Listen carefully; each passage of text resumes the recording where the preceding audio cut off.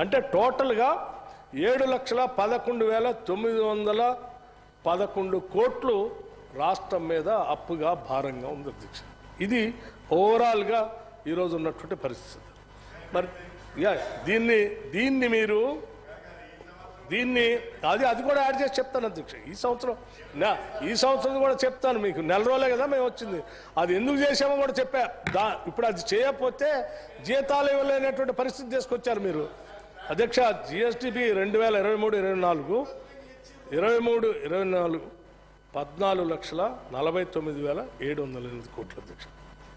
Debt to GSDP ratio వచ్చి 27% ఉన్నారు కదా అధ్యక్ష. ఈ రేషియో చూస్తే 49.1% ఉంది అధ్యక్ష. Debt to GSDP ratio pending బిల్లులు మరియు ఇతర బడ్జెట్ అన్నీ కలుపుకొని 49% చేరింది. 49%కి చేరింది అధ్యక్ష. దీన్ని మీరు గమనంలో తీసుకోవాల్సినటువంటి పరిస్థితి అధ్యక్ష. అట్లాగే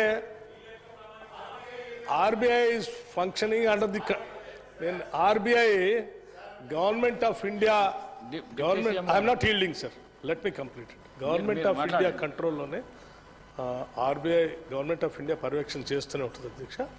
గవర్నమెంట్ ఆఫ్ ఇండియానే చాలా స్పెసిఫిక్గా బడ్జెట్ రుణాలని బడ్జెటేతర రుణాలని రెండింటినీ కలిపి మేము ఎఫ్ఆర్బిఎం లిమిట్స్లోనే చూస్తామని చాలా స్పష్టంగా ఆర్థిక శాఖ మంత్రి గారు గత సంవత్సరం చెప్పడం జరిగింది అధ్యక్ష. ఇది మనందరికీ తెలిసింది. దానికే మీరు ఎఫ్ఆర్బిఎం లిమిట్లో జిఎస్డిపిలో తీసుకోవాల్సినటువంటి ప్రకటించిన దాన్ని కూడా కుదించుకొని మీరు ఆ లెక్కలు ఈ లెక్కలు కలుపుకొని మీరు ఒక 20,000 కోట్లో 10,000 కోట్లో కుదించుకున్నారు కూడా గత సంవత్సరం.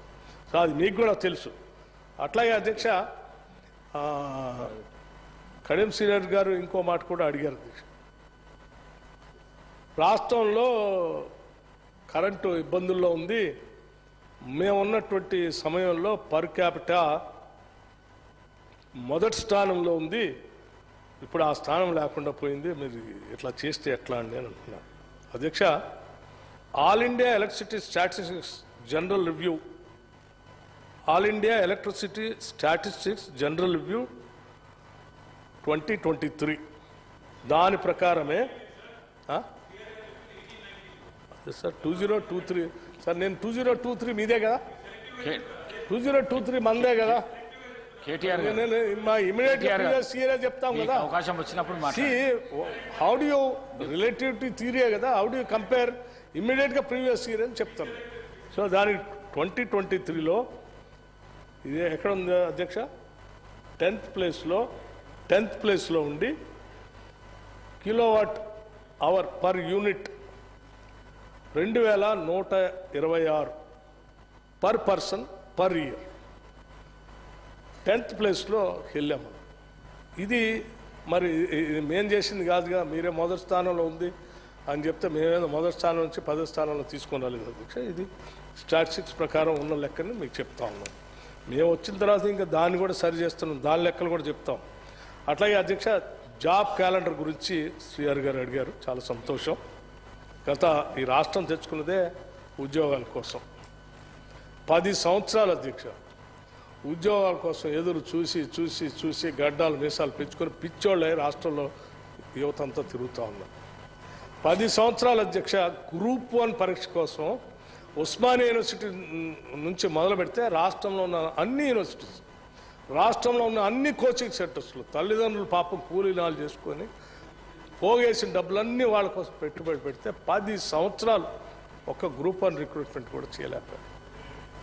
ఒక్కడు కూడా చేయలేకపోయారు కదా. ఎంతమంది తల్లులు కన్నీరు పెట్టారో మీకు తెలియదు కాదు.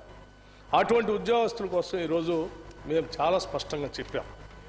ఎన్నికల హామీలప్పుడు కూడా చెప్పాము, మేము జాబ్ క్యాలెండరు అనౌన్స్ చేస్తాం, పబ్లిక్ సర్వీస్ కమిషన్ని ప్రక్షాళన చేస్తామని చెప్పాం.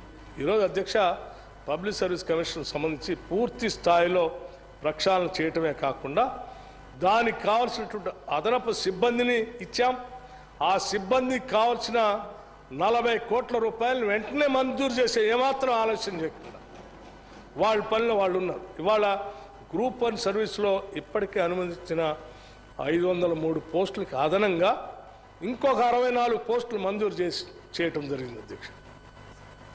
వైద్య ఆరోగ్య శాఖలో ఇప్పటికే 6,956 నర్సింగ్ ఆఫీసర్లకు నియామక ప్రక్రియ పూర్తి చేసి పెద్ద ఎత్తున పబ్లిక్గా లాల్ బహదూర్ స్టేడియంలో ఉద్యోగస్తులు ఒక్కరికే కాదు అధ్యక్ష, వాళ్ళ కుటుంబ సభ్యులను కూడా అందరినీ పిలిచి, అమ్మ మీ సంతోషంలో మేము కూడా పాల్పంచుకున్నాం, మీ కుటుంబ సభ్యులు కూడా తీసుకొని రండి అని చెప్పి అందరిని కూర్చోబెట్టి ఒకటే రోజు 6,956 నర్సింగ్ ఆఫీసర్ పోస్టుల్ని మా ముఖ్యమంత్రి గారు, మా వైద్య ఆరోగ్య శాఖ మంత్రి గారు, నేను, మిగతా మంత్రులు అందరం కలిసి ఆ రోజు ఒకటేసారి.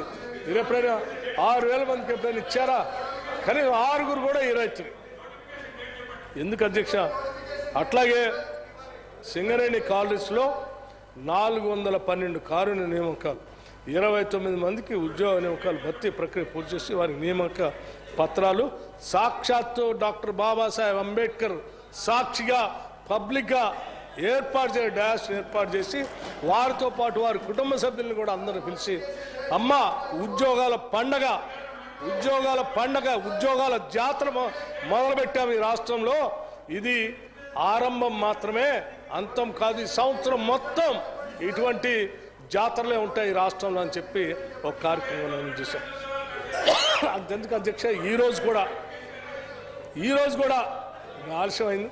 ఈరోజు కూడా ఇంకొక గంటలో ఇంకొక 2,000 మందికి సోషల్ వెల్ఫేర్ డిపార్ట్మెంట్లో సంబంధించి రెసిడెన్షియల్ స్కూల్ సంబంధించి ఇవాళ వాళ్ళకు కూడా పిలిచి భారీ ఎత్తుగా హైదరాబాద్ పిలిచి నియామక పత్రాలు అందిస్తామన్నది.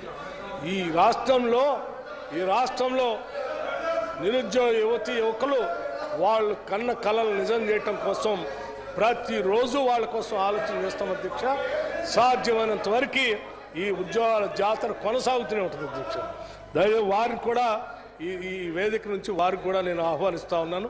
ఈ ఉద్యోగ నియామక పత్రాలు అందించేటప్పుడు దయచేసి మీరు కూడా అందులో వచ్చి పాల్గొని, ఇది మన రాష్ట్రం అధ్యక్ష, మన యువత వాళ్ళంతా మీరు కూడా ఆనందంలో పాలు పంచుకోవాల్సిందిగా కోరుతా ఉన్నాను.